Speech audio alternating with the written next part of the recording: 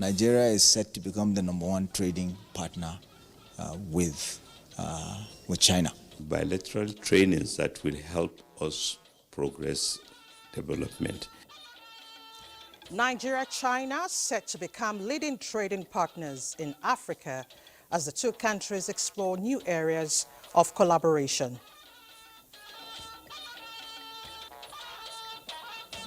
Federal government refutes claims of petroleum pump price increase. We must rise to the occasion and invest massively in agriculture. What we are doing from the UN is to help that planning so that we can continue to support the displacement. Plus, United Nations gives vote of confidence on Nigeria's ability to address insecurity in farming communities. Good evening and welcome to the Network News on NTA. I'm Elizabeth Omori. Tonight, Adiola Komiakere will be reading from Lagos. One of our busy businessmen, Musa Abubakar, and sportsman Badi Adeleye will bring us latest from their jurisdictions. So, Musa, what's new in the world of business? Well, Dangote Refinery officially rolls up petroleum product as investors extend gain in the equities market. That's good to know. Badi, how are our Paralympians doing in Paris? Well, Elizabeth, with one medal in the bag, they are very much hungry for more. And with a special commendation coming from President Tinubu, they say they want to do more. That's good to know. Do follow us live at our website, nc.ng/live, NC News Now on X, as well as other social platforms displayed on the screen. And here's the news. Nigeria is set to become a leading trading partner of the People's Republic of China in Africa, as both countries are stepping up their relations. This part of outcomes as President Bola Tinubu met with his Chinese counterpart Xi Jinping in Beijing. State House correspondent Musbaut Dan Wahab reports. Intentions meet again in warm handshake. President Bola Tinubu, on his first state visit to China, meets leader of one of the leading partners of Nigeria.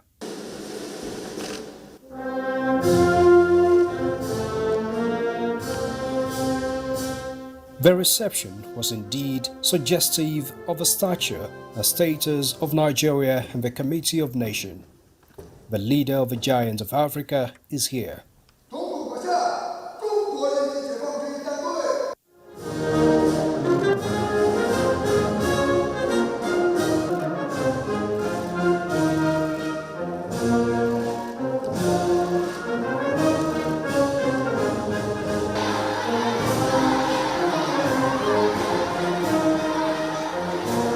In mutual expressions, Nigeria and China are set to take their relations beyond just strategic to comprehensive strategic partnership. The new modalities were brought to the table.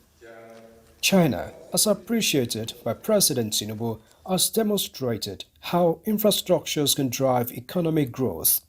The Nigerian leader says the same aspiration is at the core of his administration's agenda to ensure overall development and prosperity for his people. I agree with you that China-Nigerian relations that is over half a century should further strengthen our trade and economic development program.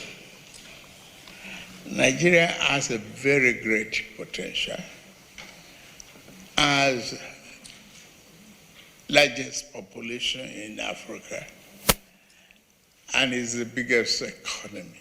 To give life to the intention of building a new Nigeria through infrastructural renewal, President Tinubu says his government has laid the foundation with various reforms. You have reformed the Chinese economy, and our program too is on that course. I am a reformer. We have recognized the need to reform our economic program, and we're doing so.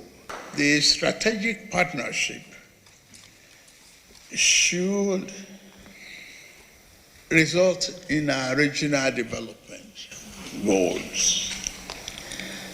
Peace, stability, security in West Africa is very, very crucial. President Xi Jinping has apparently found a new partner for the improved relations he had longed for, as he declared readiness to take the partnership to higher levels. From Beijing, Musbao and Wahab, NTA News. Meanwhile, Nigeria and the People's Republic of China have opened areas of collaboration to ensure a more balanced trade relations between both countries. State House correspondent Musbao Wahab once again reports that President Bola Tinubu and President Xi Jinping witnessed signing of memorandum of understanding on new areas of partnerships. President Bola Tinubu and his Chinese counterparts demonstrated the burning desires to back their bilateral talks with an immediate action. The trade volume between Nigeria and China getting close to $23 billion already. The two countries are exploring new areas to shore up their relations. Top in this developmental direction is the Belt and Road Initiative Cooperation, Economic Development and Application of Navigation Satellite System and Peaceful Use of Nuclear Energy. That would mean electricity. That would mean barges with nuclear energy that will be supplying the grid. And there will be so many of them. So it will help to stabilize electricity in Nigeria. And of course, the technology itself, nuclear technology or atomic, depending on how you look at it, whether it's fission, nuclear fission or nuclear fusion, is something that we need to learn, we need to harness, because it has so many applications. Apart from electricity, a lot of it is also used in medicine.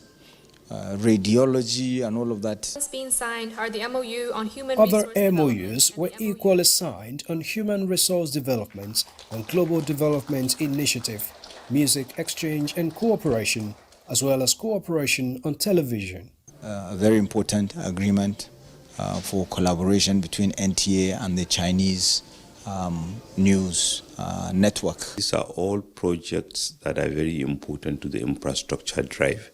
And in addition, the Chinese side have indicated interest as part of the cooperation agreement to buy more from Nigeria, to import more from Nigeria, so that our trade can grow and be balanced.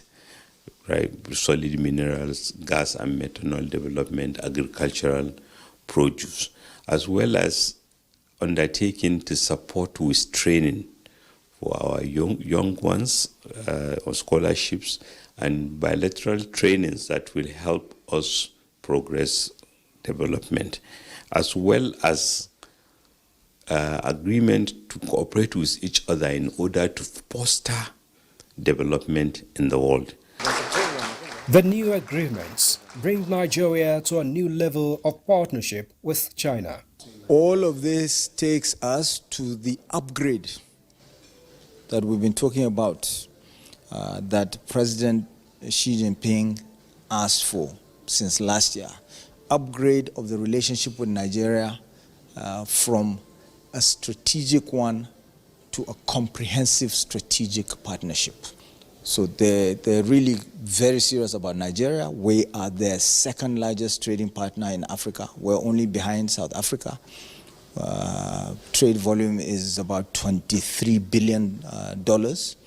They want to do much more. So Nigeria is set to become the #1 trading partner with China.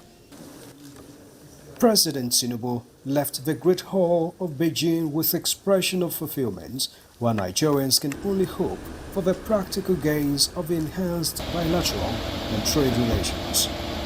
From Beijing, Musbao and Wahab, NTA News. Away from Nigeria-China relations, the United Nations Deputy Secretary General Amina Mohammed has expressed confidence in federal government's ability to address insecurity in farming communities in the country. Amina Mohammed said this during a visit to the Federal Ministry of Agriculture and Food Security in Abuja. Musa Babaliu reports. The visit of Amina Mohammed, the Deputy Secretary General of the United Nations to the Ministry of Agriculture and Food Security, is to discuss the existing partnership between Nigeria and UN agencies in the areas of food production and poverty eradication. Her hosts, Abubakar Kyari and Aliu Sabi Abdullahi, speak on the impact of the UN intervention on the Nigerian food security strategy. This includes IFAD intervention in the food value chain, FAO, and World Food Programme initiatives in the areas of cultivation and fighting hunger and malnutrition. We must rise to the occasion and invest massively in agriculture, leveraging the United Nations Sustainable Development Goals, SDGs. So far designed for a different era. Amina Mohammed, visiting Sudan and Chad before coming to Nigeria, was worried about the effect of climate change and insecurity on food production in Africa. She emphasized the need for the adoption of new technology and innovation in the area of cultivation and processing, considering the impact of climate change. We're looking at those that are affected most, and food security is it. Smallholder farmers that have been displaced. What we are doing from the UN is to help that planning so that we can continue to support the displacement while we're trying to solve in the same manner the security issues in the country. Amina Mohammed said the UN will announce more commitment and support for Africa at the end of the Agriculture Summit ongoing in Kigali, Rwanda. Musa Baba Aliyu, NTA News. Well, in other news, the federal government says their information being circulated in social media claiming that the Minister of State Petroleum Resources, Oil, Senator Heineken Lokbobiri, directed the Nigerian National Petroleum Company Limited to increase petroleum prices to 1,000 naira above the approved pump price is false and should be recognized as an intentional effort to mislead the public. A statement by the Special Advisor, Media and Communication to the Minister for Petroleum Resources, Oil, condemns the claim, describing it as baseless, malicious and a deliberate attempt to incite the public. A statement by the Special Advisor also indicates that the NNPC operates as an independent entity and that the Companies and Allied Matters Act with a full empowered board of directors. The Ministry of Petroleum Resources does not and will not interfere in the internal decisions of NNPC Limited. Nigerians are therefore urged to be vigilant and rely only on information from verified and official channels. Now, another important road linking Yobe and Borno State from the southern flank at Juba and Katakoro axis has collapsed following downpour that lasted several hours in the area. 3 days after a bridge in Yobe State collapsed, disconnecting 9 local government areas from Damaturu, the state capital.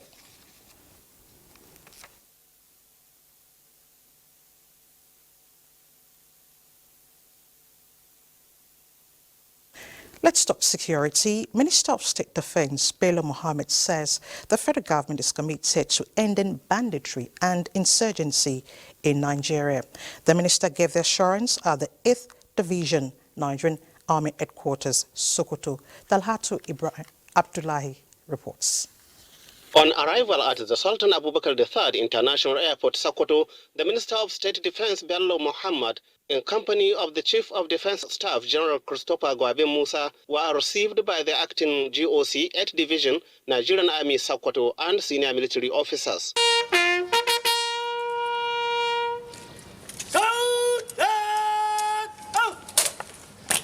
Addressing the troops of the Northwest Task Force Operation Hadron Daji, the minister stated that he is at the 8th Division area of responsibility to appreciate their successes, to do more to flush out bandits and kidnappers in their area of operation. Mr. President is worried about what is happening in the Northwest. So he called me and the Chief of Defense Staff while he was in China and give us a marching order that we shall leave all what we are doing and come to Sokoto to ensure that we supervise the operations of our troops that are going on within this division. The minister took time to visit and interact with the gallant officers and soldiers injured in the frontline operation who are now receiving treatment at the 8th Division Hospital, where he prayed for their quick recovery and sympathizes with their families. The Minister of State Defense also paid courtesy call on Governor Ahmed Aliyu at the Government House, Sokoto. Governor Ahmed Aliyu hopes that the minister's presence will add value to the troops' effort in tackling banditry and kidnapping in the Northwest region. In Sokoto, Dalhatu Abdullahi, NTA News. Meanwhile, the Nigeria Police Force is reviewing its spy police for a safe and secure environment. Francis Form reports that the decision is in line with the 2022 Police Act as amended, which formally establishes the spy police as an integral unit within the Nigeria Police Force. It was a step aimed at checkmating abuse and misuse of regular police uniforms and ensuring that our supernumerary police officers are uniquely dressed. Consequent upon the foregoing, we are delighted to unveil today a meticulously crafted design endorsed by the Force Management Team. Meanwhile, operatives of the Nigeria Police Force National Cybercrime Center apprehended a hacker in connection with alleged criminal conspiracy, offenses against the Official Secret Act, and leakage of classified restricted documents. After his arrest, revealed several suspicious activities between the principal suspect and his accomplices. Investigations also revealed that the suspect was responsible for leaking a sensitive restricted document generated from the office of the President to the Secretary to the government of the Federation. You're watching the network news on NTA. Let's take a break. More reports ahead. Just stay with us. Thanks for staying with us. 7 ambulances have been distributed to general hospitals in Kebbi State. Governor Nasser Idris, while distributing the vehicles, described improved logistics in healthcare centers as key element to enhance health emergency services across the state. Correspondent Abdul Jalil Mohammed Bawa reports.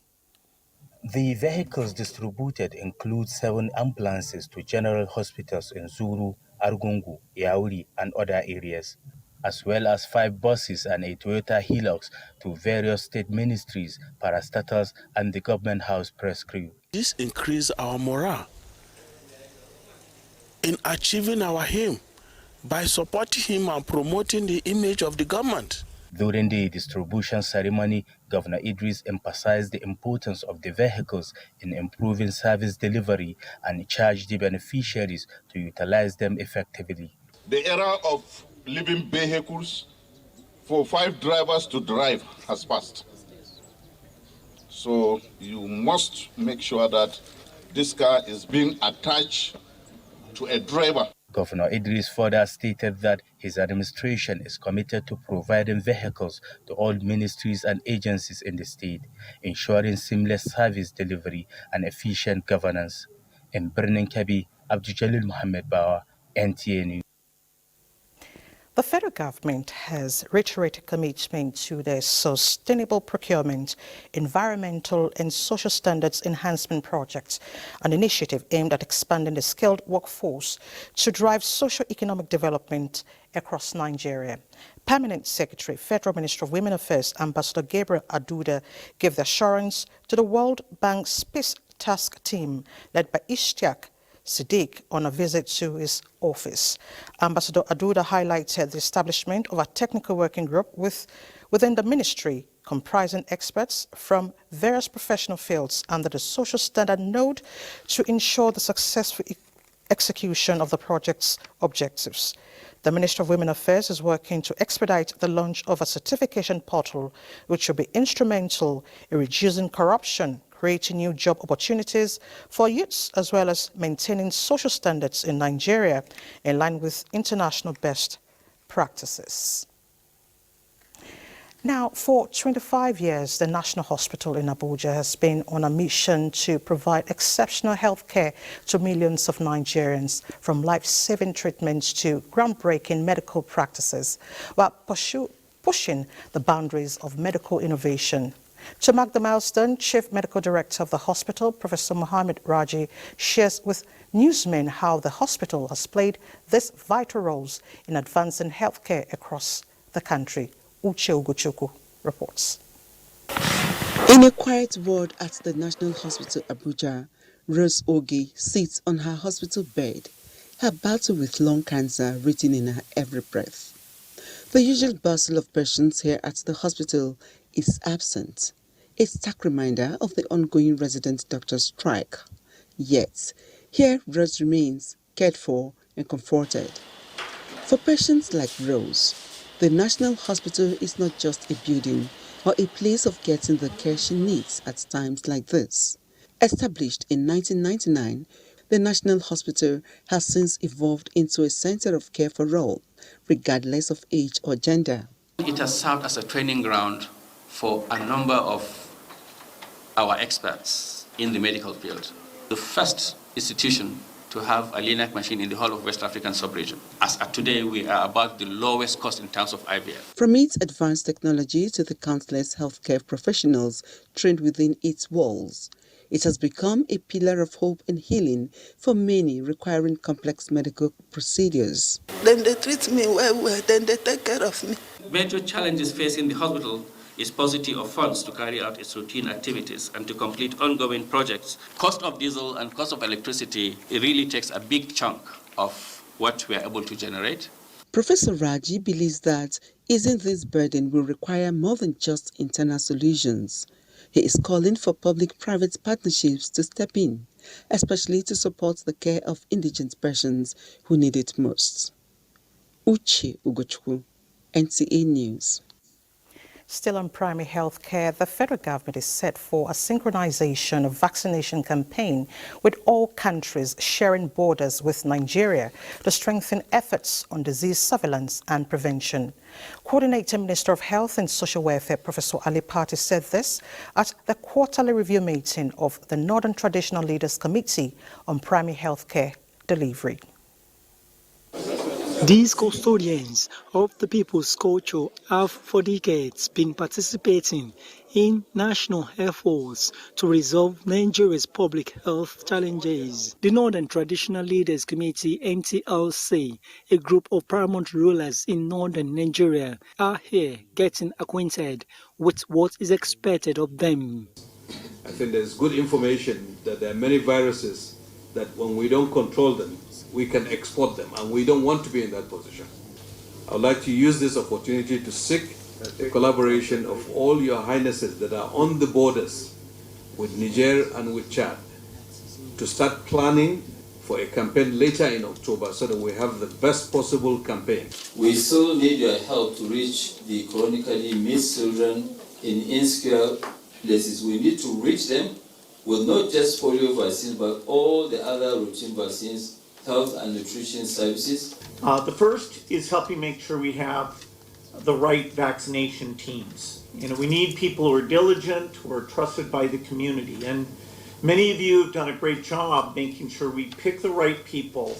Leadership of the NTLC has pledged continued support of members to all government policies and programs for citizens' well-being. And urge you to continue to double their efforts. There are more challenges. But we know, and we have no doubt within our minds and hearts, we are ready to work for our people, for this country, and for humanity. Nigeria might have achieved the wide polio-free status, sustaining the record and meeting the target of ending circulating variants of the virus is also central in the discourse at this primary healthcare review meeting. In Abuja, Olusheye Adiagbo, NTA News. To education, federal government is engaging foreign researchers, inventors and creators on cutting-edge projects and visionary ideas to establish enterprises and enhance performance of existing businesses. The Minister of Education, Professor Tahir Mamman, said this when addressing the media on government's commitment through tertiary education TETFund efforts to put the country on the map of technology-advanced community. He said TETFund is deliberately organizing the fair for researchers, inventors and creators who expressed interest in showcasing their technologies. TETFund is organizing a strategic research fair to gather and showcase many of the concluded practical research results and technologies, and also to encourage Nigerians, particularly the youth, to step forward for establishing viable enterprises for the provision of goods and services in the country. Executive Secretary of TETFund, Sonny Echono, said the agency is working towards ensuring that potentials and achievements that have been recorded in the area of innovation and creativity are harnessed. The 15th General Assembly of the African Union of Broadcasters has opened in Gaborone, Botswana, with delegates across Africa. With the theme, The Future of African Media, Facing the Challenges of New Technologies and Climate Change, the four-day event was declared open by Botswana's acting president alongside ministers and top government officials. Discussions around the theme will feature 6 panels made up of top broadcast officials, practitioners, academia and experts in different aspects of broadcasting.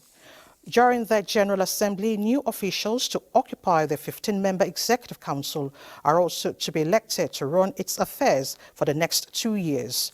Meanwhile, the AUB Council unanimously adopted the creation of the African Artificial Intelligence Observatory to support the continent's media in digital transformation. The Council, in its meeting, emphasized the importance of the initiative as a step towards implementing the recommendations of the AUB Summit on Artificial Intelligence and Media held in March 2024 in partnership with UNESCO in Cameroon.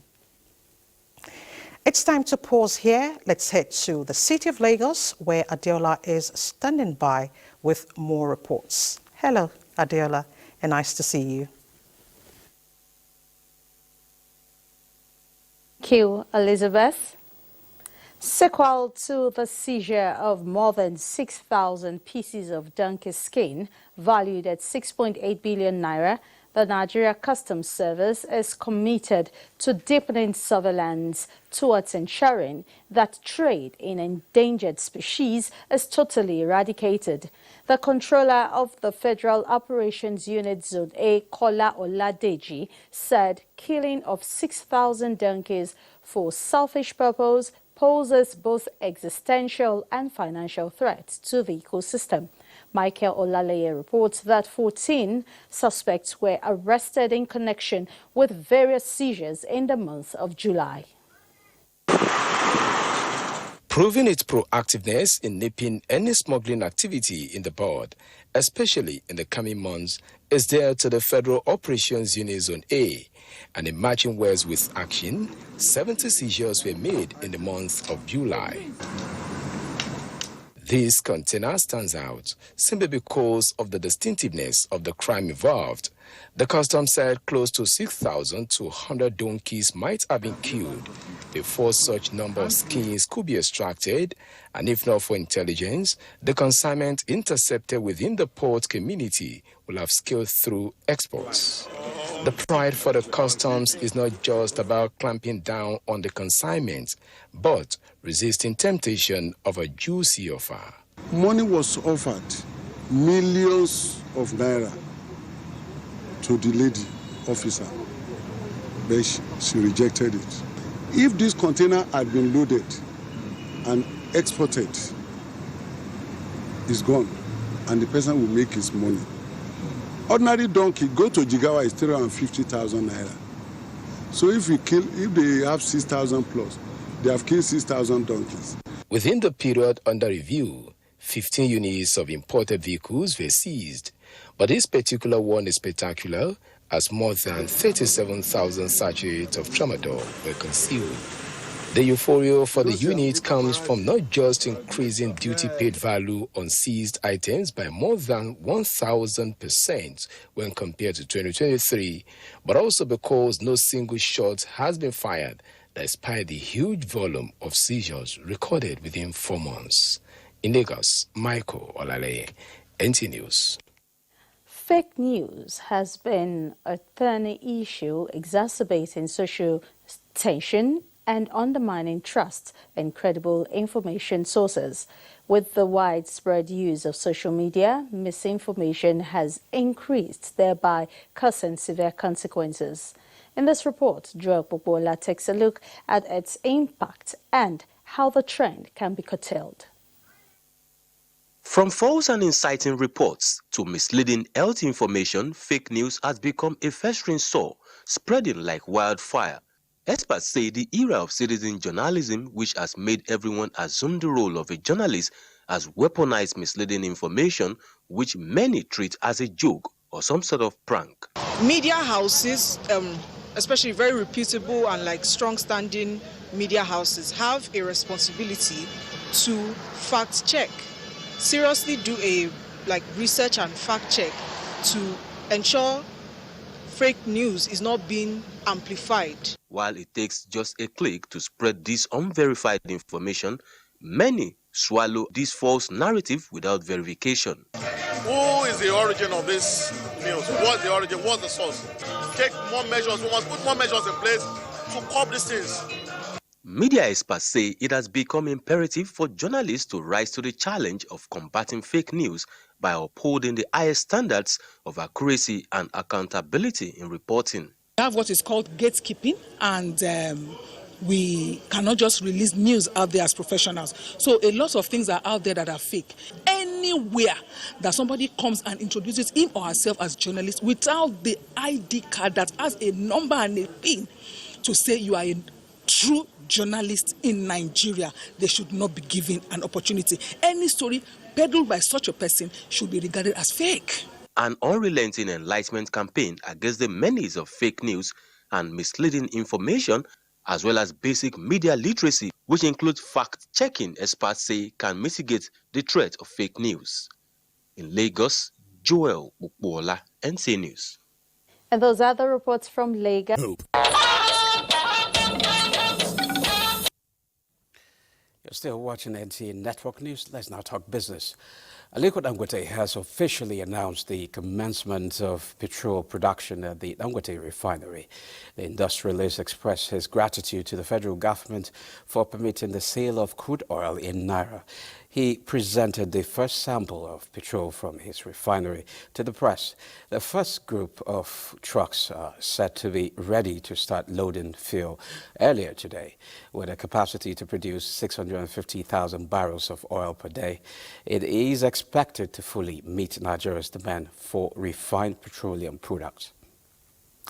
Meanwhile, oil prices settled nearly 5% down on Tuesday at their lowest levels in nearly 9 months on signs of a deal to resolve a dispute that has halted Libyan crude production and exports.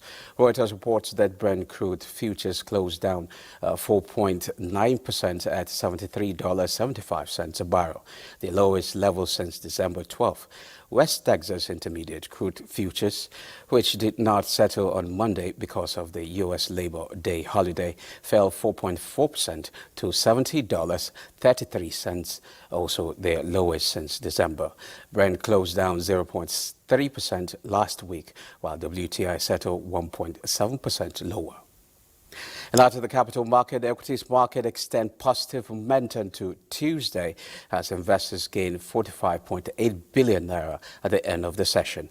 The all-share index climbed marginally to 0.08% to close at 96,873.74 points. At the end of today's session on the Nigerian Stock Exchange, a total of 473 million shares and 12,532 deals corresponding to a market value of 10.4 billion naira, were traded. Today's data shows 5% decline in volume, 6% decline in turnover, and 5% decline in deals. Equity capitalization advanced to 55.7 trillion naira. Access Holdings recorded the highest volume of 106 million traded shares, followed by Owando, Prestige Assurance Company, and United Bank for Africa. Well, that's a quick look at businesses. The news continues with Elizabeth after the break. East CTC, Office of the National Security Advisor. Thanks for staying with the NTA. The Federal Ministry of Art, Culture and the Creative Economy is targeting $100 billion in annual revenue and 2 million new jobs by 2030 through international and private partnerships. Gofan Shajik Wine tells us more. Nigerians' vibrant cultural heritage and creative industries are poised for a major leap forward.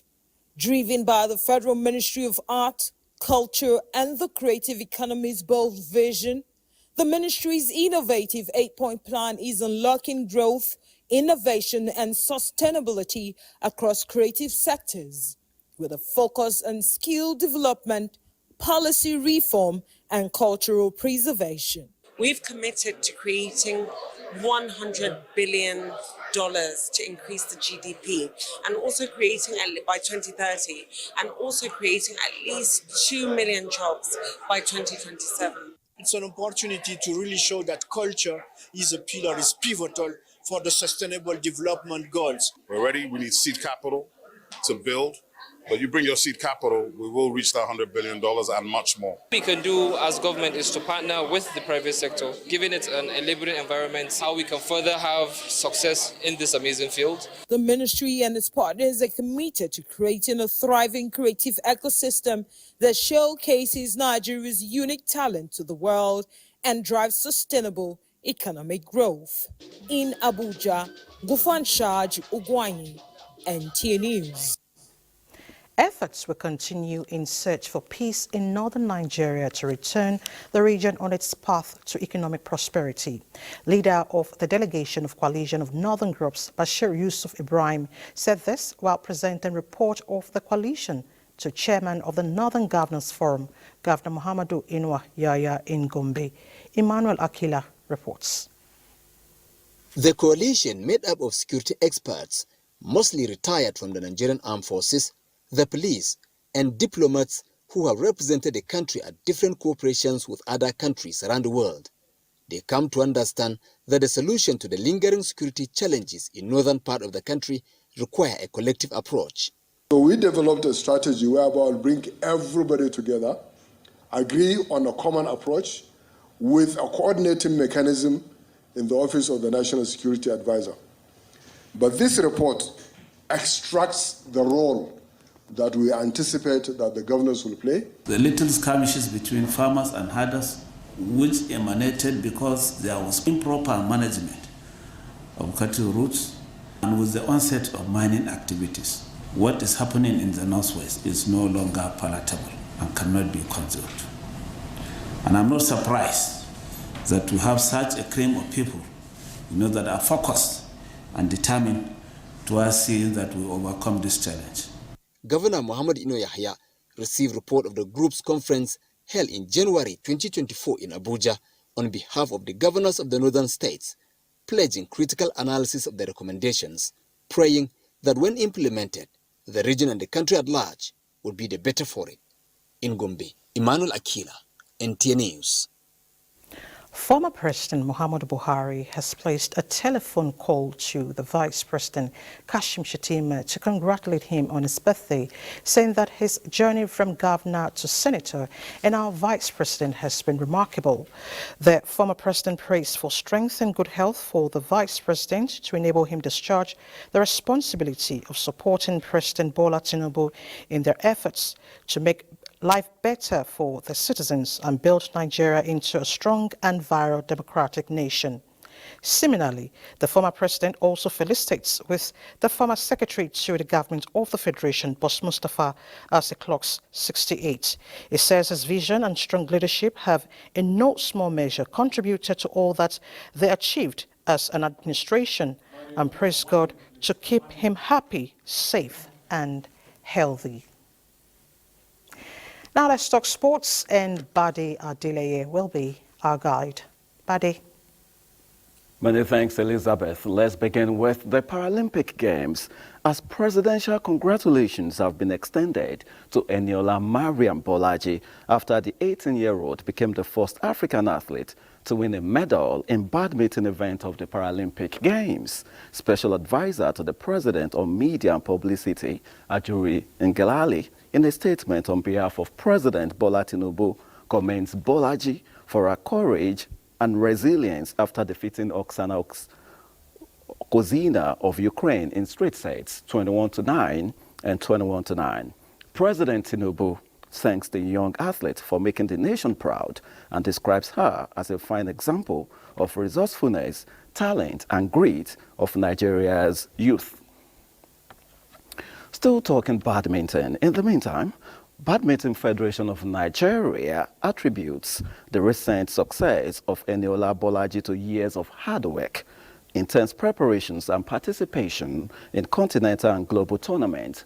President, Badminton Federation of Nigeria, Francis Obi, is optimistic that Bolaji's achievements will inspire more talent discovery.